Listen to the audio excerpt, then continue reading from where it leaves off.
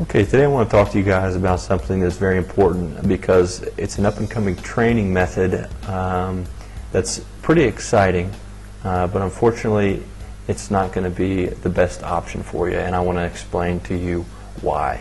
And before we get into what is unstable surface training and why it's not the best option for maximizing your rate of increase in your vertical jump, let's talk about what stability is. And what stabilizer muscles are. Now let's talk first about what a stabilizer muscle is not. And there's a lot of information that you're going to find on the internet about what a stabilizer muscle is. Stabilizer muscles are often described as small muscles, tiny muscles around a joint that are going to stabilize that joint and enable the power to go directly through during a movement without losing power through instability. That's incorrect. There's actually not any small stabilizer muscles around the joint. What is a stabilizer muscle? Well, a stabilizer muscle can be any muscle in the body. It can be the bicep, it can be the tricep, it can be any of the core muscles, it can be the hamstring, the quad. Depends on the movement. So a stabilizer muscle is a role that a muscle plays less than it is a specific muscle. Okay, let's repeat what that is. A stabilizer muscle is the role that a muscle plays during a specific movement. Okay, so basically during a movement we typically are going to have a prime mover, and that's the muscle group or groups that are involved in the movement, the main muscles of the movement. And the stabilizer muscles are the muscles that are going to hold the rest of the body parts in place so that movement can be performed. In a vertical jump, your erector spinae, your core muscles, your abdominals are going to hold your torso into place so that when your legs power upwards, your torso doesn't slam forwards. It's going to be able to stay erect and even contribute to the movement because it's going to be stable.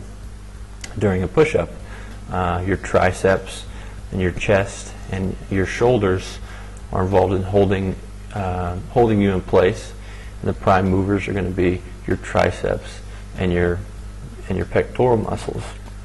But if your core is not strong, your inner body is going to dip to the ground, and those are the stabilizer muscles in that movement. And in any given movement, there's going to be muscles that are playing the stabilizer role, and there's going to be muscles that are playing the role of prime mover.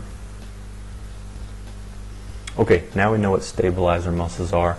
Let's talk about another type of muscle, the antagonist muscle. Now, let's think about a bicep. When the bicep is making a movement, the antagonist muscle is the tricep. So basically this is when you flex your bicep, there's going to be a contraction at your bicep. There's going to be a stretching at your tricep. Now you don't want your tricep to be contracting at the same time that you're contracting your bicep. Why? Because it would slow and make the movement more difficult for your bicep. The same thing is true when you're doing a vertical jump. When you're contracting your quads, you don't want your hamstrings to contract at the same time. You want them to relax, because the more activation that happens during a vertical jump in your hamstring, the slower the movement's going to be and the more weakened the movement's going to be on your quad. And the same is happening throughout your body. Each muscle is going to have an antagonist muscle that needs to be relaxed so it can allow the prime mover to fully contract. Okay, so it's important, once again, for that antagonist to relax during the movement.